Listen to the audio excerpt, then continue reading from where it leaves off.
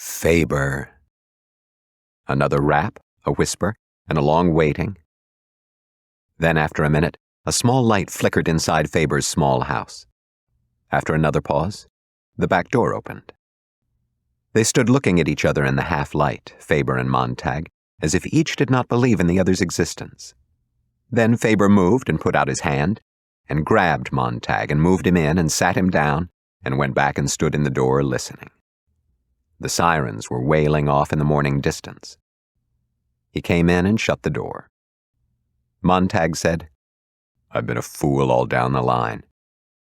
I can't stay long. I'm on my way, God knows where." "At least you were a fool about the right things," said Faber. "I thought you were dead." "The audio capsule I gave you?"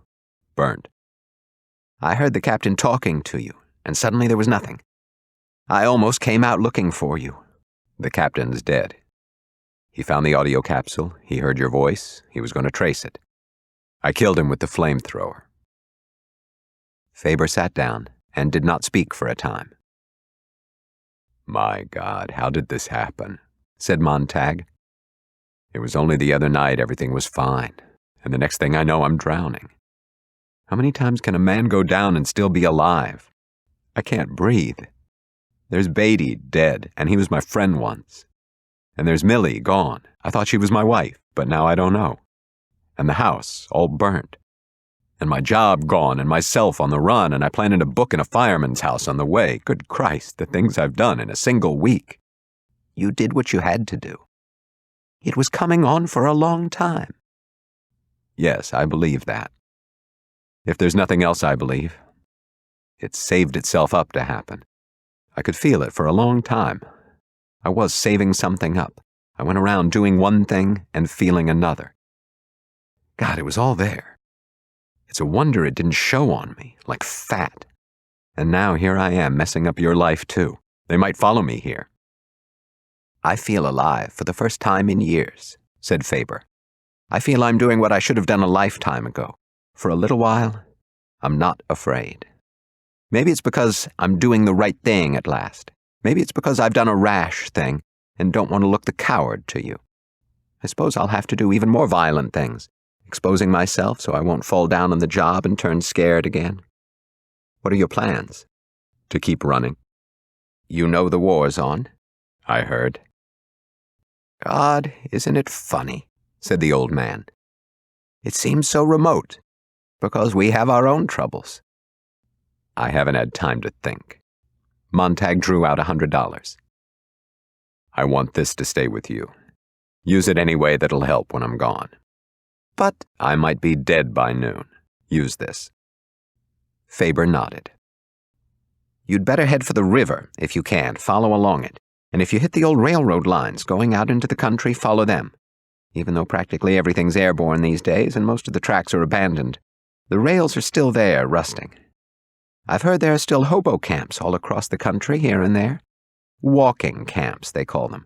And if you keep walking far enough and keep an eye peeled, they say there's lots of old Harvard degrees on the tracks between here and Los Angeles. Most of them are wanted and hunted in the cities. They survive, I guess. There aren't many of them, and I guess the government's never considered them a great enough danger to go in and track them down. You might hole up with them for a time, and get in touch with me in St. Louis. I'm leaving on the 5 a.m. bus this morning to see a retired printer there. I'm getting out in the open myself, at last. This money will be put to good use. Thanks, and God bless you. Do you want to sleep a few minutes?" "I'd better run." "Let's check." He took Montag quickly into the bedroom and lifted a picture frame aside, revealing a television screen the size of a postal card.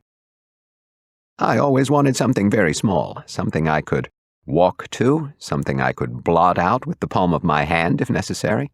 Nothing that could shout me down, nothing monstrous big. So, you see," he snapped it on. "Montag," the TV set said, and lit up. "Montag." The name was spelled out by a voice. "Guy Montag. Still running? Police helicopters are up. A new mechanical hound has been brought from another district." Montag and Faber looked at each other. "Mechanical hound, Never fails. Never since its first use in tracking quarry has this incredible invention made a mistake. Tonight, this network is proud to have the opportunity to follow the hound by camera helicopter as it starts on its way to the target. Faber poured 2 glasses of whiskey. "We'll need these." They drank. Nose so sensitive, the mechanical hound can remember and identify 10,000 odor indexes on 10,000 men without resetting. Faber trembled the least bit and looked about at his house, at the walls, the door, the doorknob, and the chair where Montag now sat. Montag saw the look. They both looked quickly about the house, and Montag felt his nostrils dilate, and he knew that he was trying to track himself, and his nose was suddenly good enough to sense the path he had made in the air of the room, and the sweat of his hand hung from the doorknob, invisible, but as numerous as the jewels of a small chandelier. He was a luminous cloud, a ghost that made breathing once more impossible.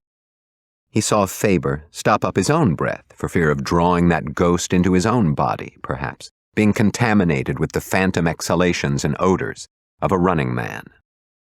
The mechanical hound is now landing by helicopter at the site of the burning. And there on the small screen was the burnt house and the crowd, and something with a sheet over it, and out of the sky, fluttering, came the helicopter like a grotesque flower. So they must have their game out, thought Montag. The circus must go on, even with war beginning within the hour. He watched the scene, fascinated, not wanting to move. It seemed so remote, and no part of him. It was a play apart and separate, wondrous to watch, not without its strange pleasure.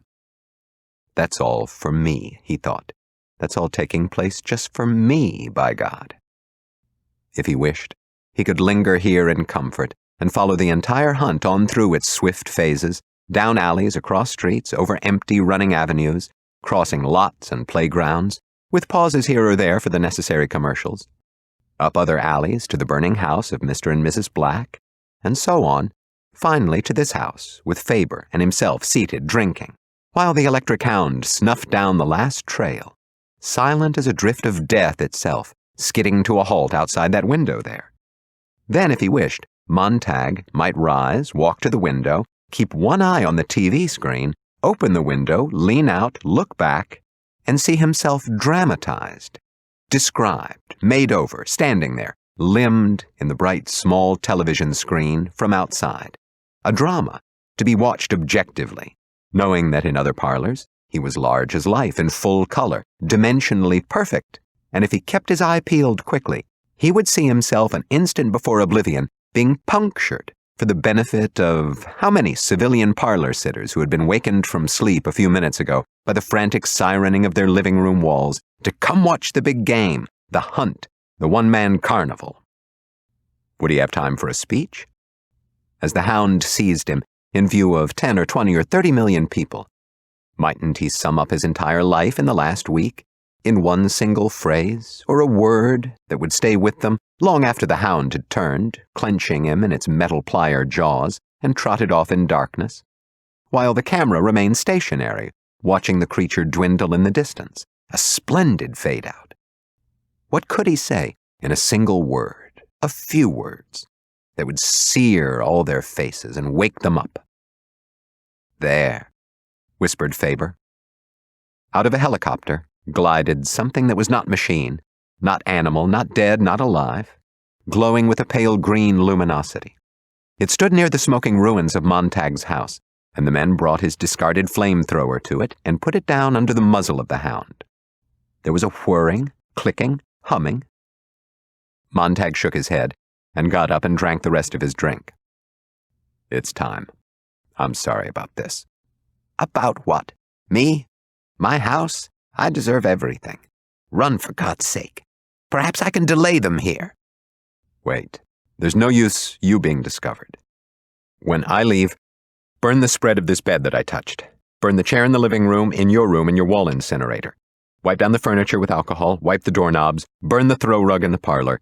Turn the air conditioning on full in all the rooms, and spray with moth spray if you have it. Then turn on your lawn sprinklers as high as they'll go and hose off the sidewalks. With any luck at all, we can kill the trail in here anyway." Faber shook his hand. I'll tend to it. Good luck. If we're both in good health next week, the week after, get in touch. General delivery, St. Louis. I'm sorry there's no way I can go with you this time by earphone. That was good, for both of us. But my equipment was limited. You see, I never thought I would use it. What a silly old man. No thought there. Stupid, stupid. So I haven't another green bullet, the right kind, to put in your head. Go now. One last thing, quick. A suitcase. Get it. Fill it with your dirtiest clothes, an old suit. The dirtier the better. A shirt, some old sneakers and socks. Faber was gone and back in a minute. They sealed the cardboard valise with clear tape. To keep the ancient odor of Mr. Faber in, of course, said Faber, sweating at the job. Montag doused the exterior of the valise with whiskey. I don't want the hound picking up two odors at once. May I take this whiskey? I'll need it later. Christ, I hope this works. They shook hands again, and going out the door glanced at the TV. The hound was on its way, followed by hovering helicopter cameras, silently, sniffing the great night wind. It was running down the first alley. Goodbye. And Montag was out the back door lightly, running with the half-empty valise. Behind him, he heard the lawn sprinkling system jump up, filling the dark air with rain that fell gently, and then with a steady pour all about, washing on the sidewalks and draining into the alley. He carried a few drops of this rain with him on his face.